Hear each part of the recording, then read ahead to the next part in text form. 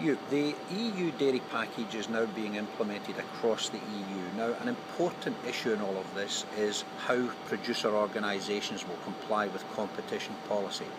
Do you feel that the EU competition policy going forward will be adequate to protect the competitive position of EU dairy companies? Well, it's in the regulation it's laid down that where national authorities have a feeling that things may go not in the direction that it should go, they should take action.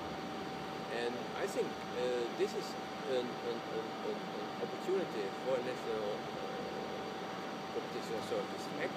And I think that the industry has to make sure that the national competition authorities really are looking for what's happening, and not just wait up to initiatives from the European Commission. The European Commission will not act on local situations. That's the responsibility of the local competition authorities.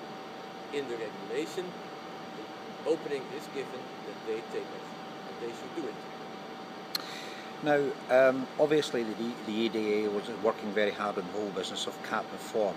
What are the main positions that you're taking, that you're fighting for in the CAP reform debate? I think the main point in the whole CAP reform debate is that we keep the line that has been decided on already during the 90s and the first years of this century, going for a market orientation. This is the main point, and this translates in a whole series of different points. We think that there is a need for a safety net, but the safety net should be functional. There is a need for an income stability on the basis of direct payment. This should be linked to greening, but reasonable.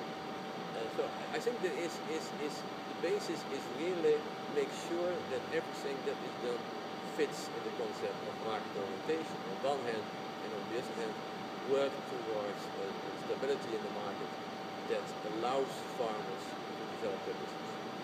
Now, the issue of milk quotas, can we be pretty certain that milk quotas will actually go in 2015? I think we can be pretty certain that milk quotas will go in 2015. Yes, there are discussions going on, but there are both with the Commission and in the Council has been quite some arguments brought forward, and all these arguments still go in the direction, yes, we should abolish the quota in 2015.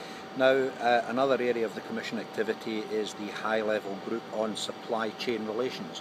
Can we expect anything significant to come from that?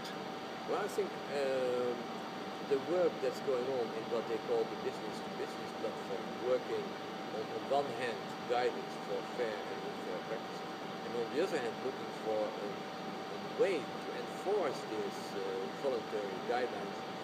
I think this indeed can bring us approaches that will help the food processors, including the dairy industry, to get a better position in the negotiations with retailers, and thus get more stable prices and maybe even better prices in the negotiations. Thank you very much indeed.